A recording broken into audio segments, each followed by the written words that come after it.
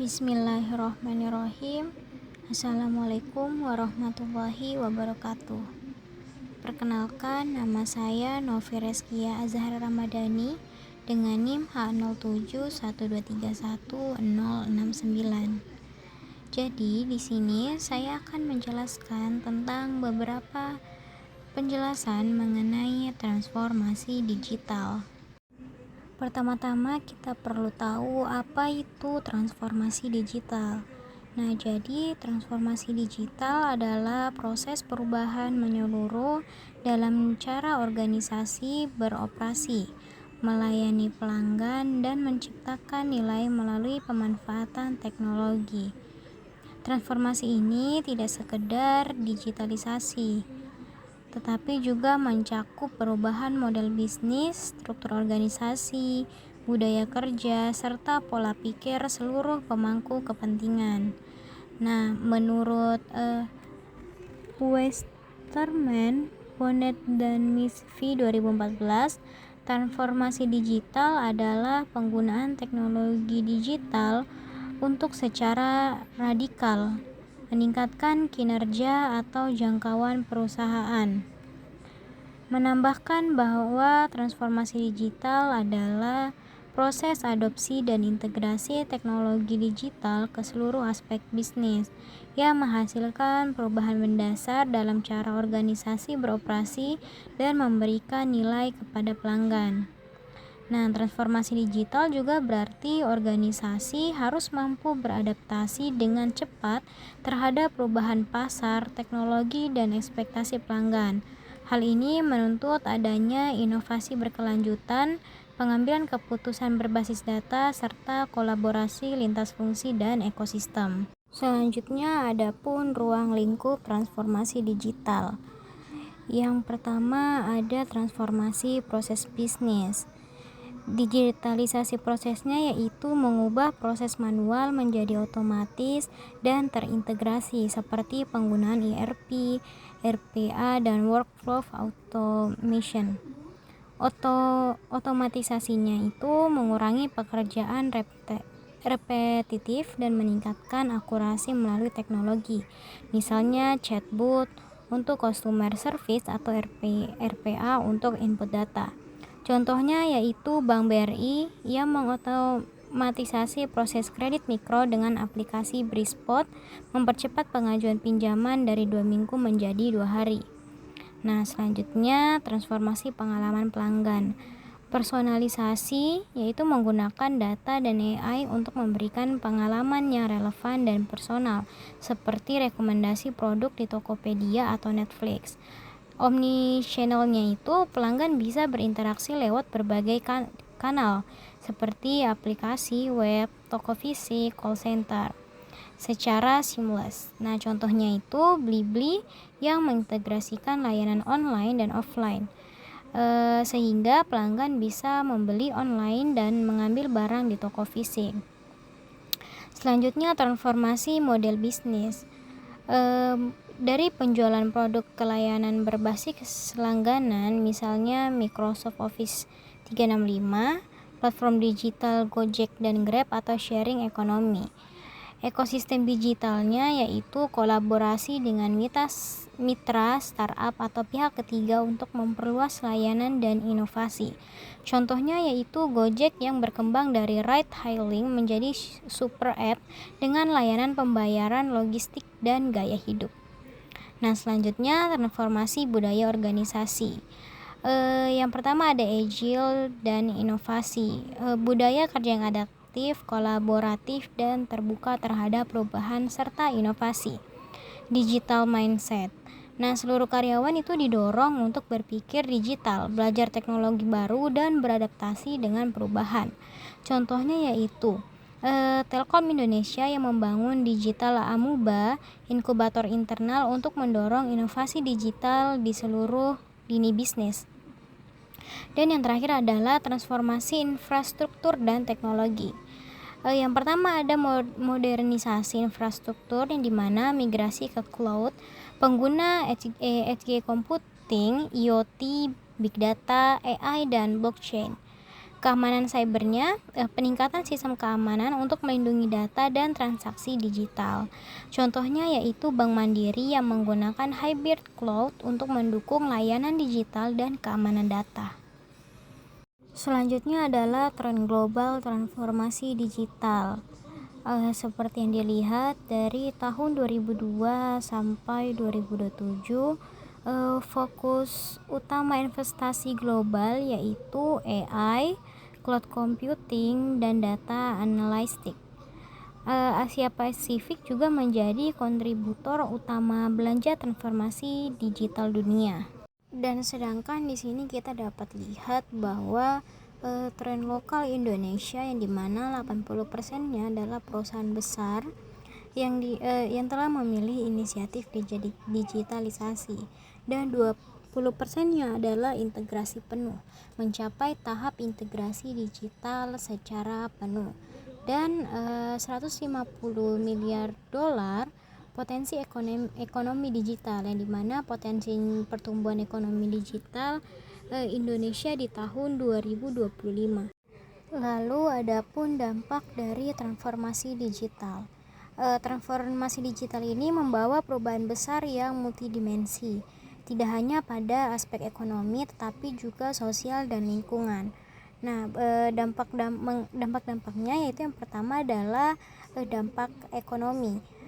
Transformasi digital itu secara signifikan mengubah lanskap ekonomi baik di tingkat perusahaan, industri maupun negara. Beberapa dampak utamanya yaitu meningkatkan efisiensi operasional, menurunkan biaya operasional, dan membuka peluang bisnis baru serta meningkatkan daya saing. Lalu untuk dampak sosialnya, transformasi digital juga membawa dampak besar dalam kehidupan sosial masyarakat, terutama dalam hal akses dan kualitas layanan publik. Yang pertama itu adalah meningkatkan akses layanan publik, meningkatkan kualitas pendidikan, meningkatkan layanan kesehatan, dan mendorong inklusi sosial. Lalu dampak lingkungan itu mengenai mengurangi penggunaan kertas, menghemat energi dan sumber daya, mendukung konsep green office dan smart city, dan mendorong kesadaran lingkungan. Selanjutnya adalah tantangan ruang lingkup transformasi digital. Yang pertama adalah resistensi perubahan dari karyawan dan manajemen. Nah, resistensi terhadap perubahan merupakan salah satu hambatan terbesar dalam transformasi digital. Banyak karyawan merasa nyaman dengan cara kerja lama dan khawatir perubahan teknologi akan mengganggu rutinitas atau bahkan mengancam pekerjaan mereka, terutama jika transformasi digital diiringi otomatisasi yang dapat menggantikan sebagian tugas manusia. Ketakutan kehilangan pekerjaan, ketidakpastian mengenai peran baru, dan kurangnya keterampilan digital membuat sebagian karyawan enggan beradaptasi dengan teknologi baru. Dan yang kedua adalah kesenjangan digital antara kota dan desa. Kesenjangan digital di Indonesia masih nyata, terutama antara wilayah perkotaan dan pedesaan.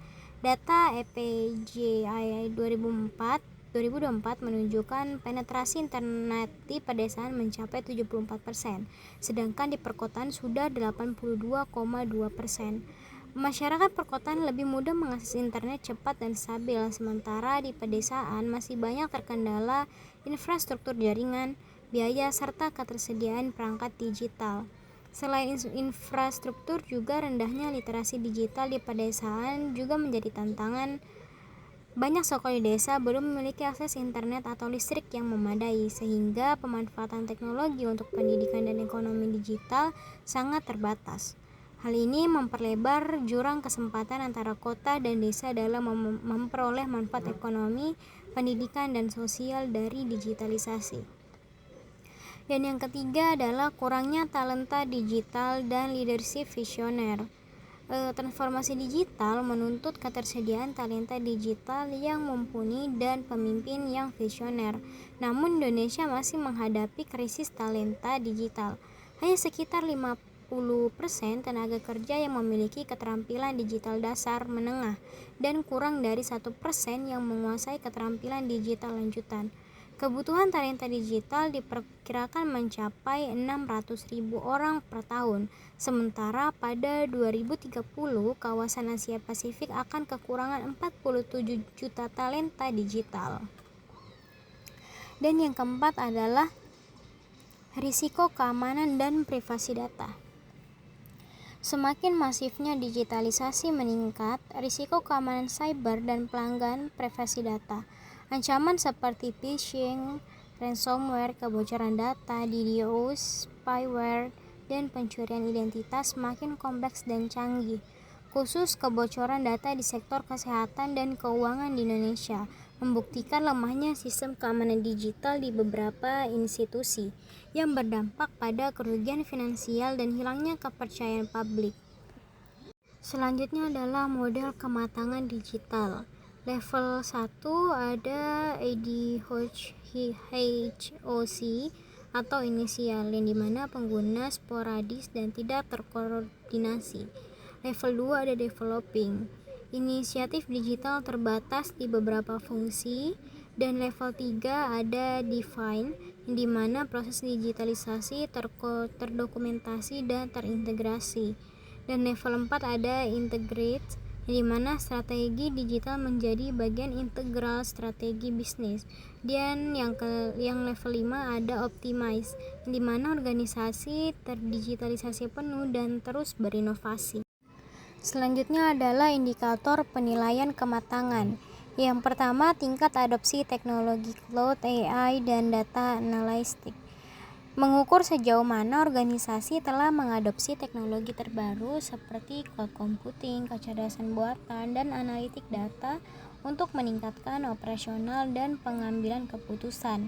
Yang kedua ada integrasi sistem dan data antar departemen. Menilai sejauh mana sistem yang digunakan dalam organisasi dapat saling terhubung dan berbagi data antar departemen untuk meningkatkan efisiensi dan kolaborasi. Dan yang ketiga ada kesiapan SDM dan budaya digital.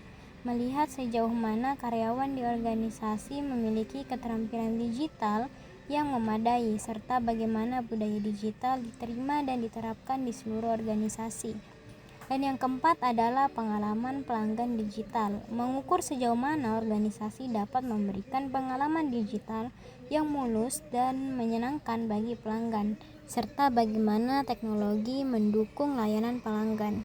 Lalu adapun strategi transformasi digital, yaitu penempatan visi digital, mendefinisi tujuan digital organisasi, audit dan pemetaan proses, yaitu mengidentifikasi area yang perlu dioptimalkan, penyusunan roadmap, yaitu tahapan implementasi dan prioritas proyek, manajemen perubahan mengenai mengelola resistensi dan adaptasi internal, investasi talenta digital mengenai pelatihan, sertifikat, dan rekrutmen, dan yang terakhir adalah evaluasi dan pengukuran, pemantauan KPI, dan dampak transformasi. Nah, berikut adalah roadmap transformasi digital. Pada tahun 2025 fokusnya terhadap infrastruktur cloud dan inisiatif utamanya adalah migrasi 60% workload ke cloud. Dan di tahun 2026 fokusnya otomatis proses dan inisiatif utamanya adalah implementasi robotik proses automation atau EPA untuk keuangan. Dan di tahun 2007 data analitik, inisiatif utamanya yaitu pembangunan data lake. Dan di tahun 2028 fokusnya adalah AI dan IoT. Inisiatif utamanya adalah predictive maintenance menggunakan AI dan IoT.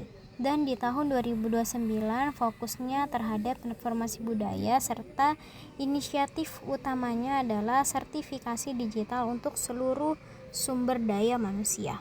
Adapun tantangan-tantangan terhadap transformasi digital. Yang pertama ada tantangan teknis yang mencakup tentang integrasi sistem legacy yang dimana sistem lama sulit terintegrasi dengan teknologi baru. Lalu keamanan dan privasi data mengenai serangan cyber, kebocoran data, dan kepatuhan regulasi.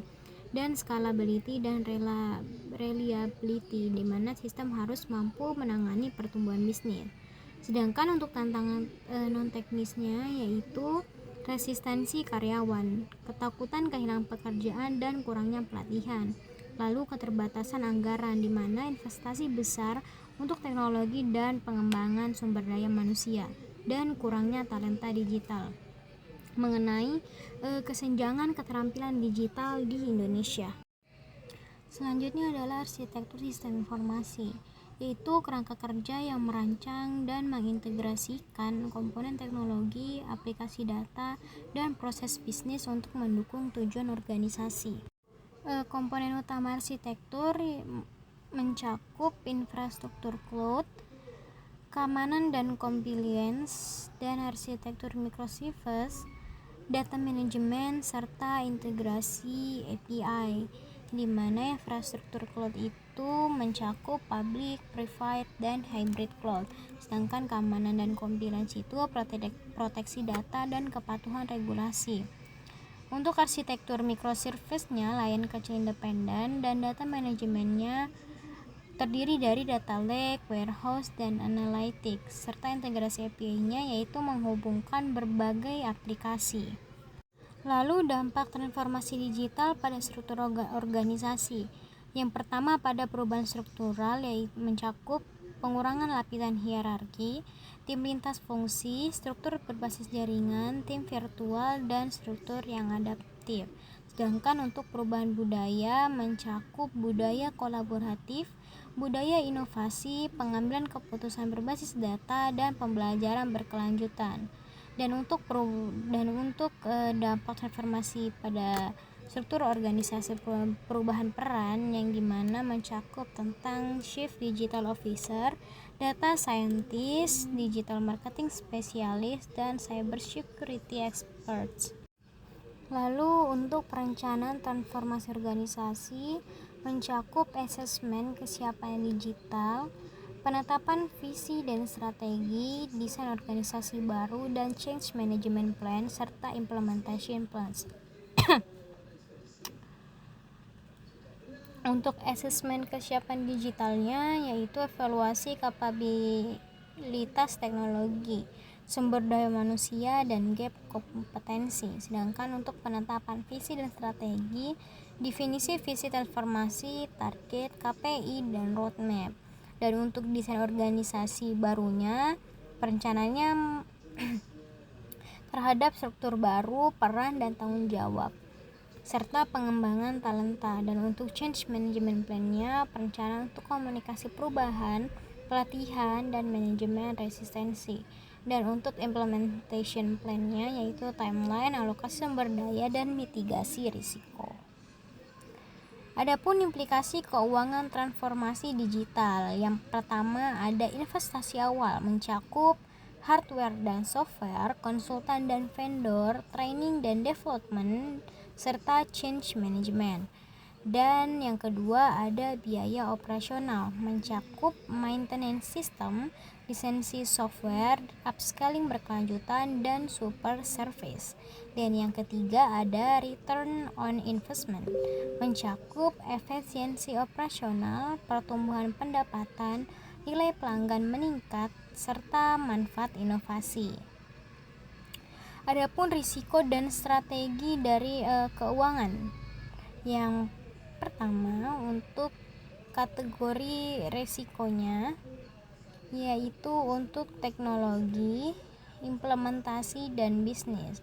Sedangkan untuk jenis risikonya terhadap teknologi yaitu ketinggalan zaman, integrasi keamanan, dan untuk strategi mitigasinya yaitu penilaian risiko dan asuransi cyber. Dan untuk kategori implementasi, jenis risikonya yaitu pembengkakan anggaran dan keterlambatan. Nah, strategi mitigasinya yaitu perencanaan kontingensi kontrol keuangan.